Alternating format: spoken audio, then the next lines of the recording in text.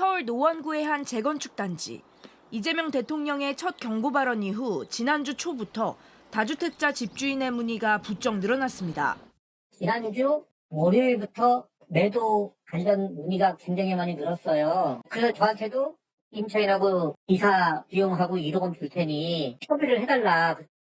하지만 매물수가 확 늘어나진 않는 상황입니다. 일단 세입자와의 퇴거 시점을 조율하는 데 시간이 걸리는 영향이 큽니다. 여기에 최근 다시 상승세가 커진 서울 집값 흐름을 보면서 팔지 버틸지 눈치 보기에 들어간 이들도 적지 않습니다. 세입자가 있으니까 내놓지도 않고 세금 낼 바에 그냥 내 자식 주겠다, 징여하겠다 이러시는 분도 많고요.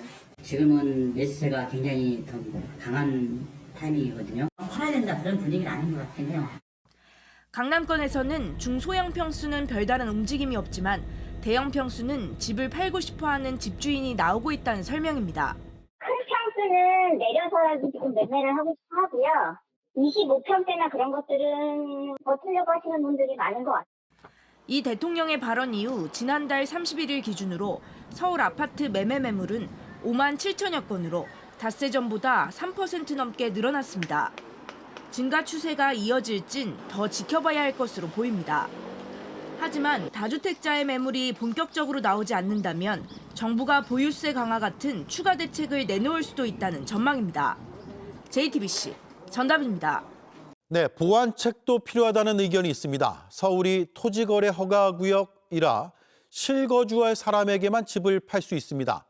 다주택자는 급하게 집을 팔려고 세입자에게 나가달라고 하는 경우가 있는데 세입자가 당장 다른 집을 구하기가 쉽지 않은 겁니다.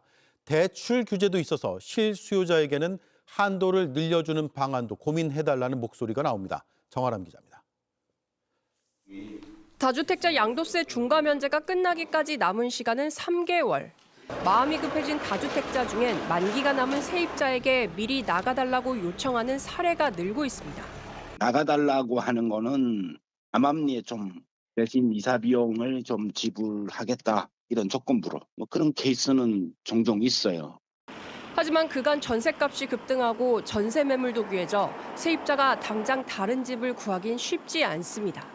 양도세 부담이 크니 꼭 이제 매도를 해야 된다라고 하면서 집을 좀 비워달라. 지금 전셋값도 많이 올랐기 때문에 옮겨가기도 쉽지 않은 상황에서 걱정이 되고.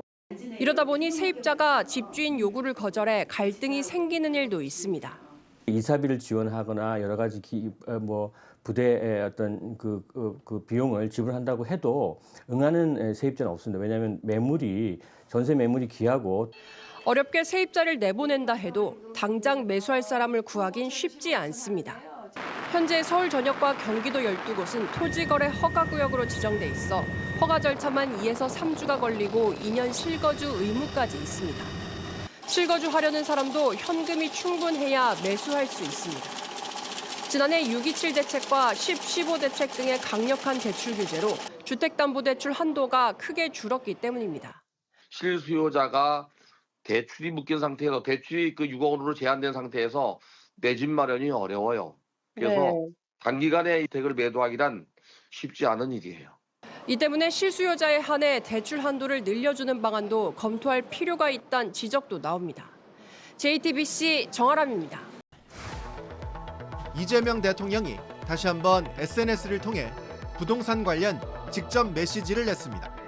대한민국은 위대한 대한국민들의 나라입니다.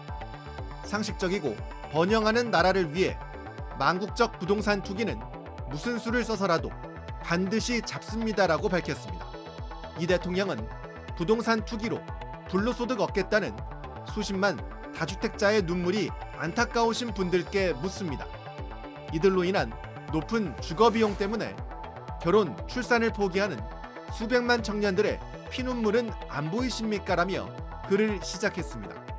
이전에도 실패했으니 이번에도 실패할 걸로 기대하고 선동하시는 분들께 알려드립니다라면서 대체 투자 수단이 생겼고 국민 인식이 바뀌었고 국민이 선출한 권력이 달라졌다고 설명했습니다.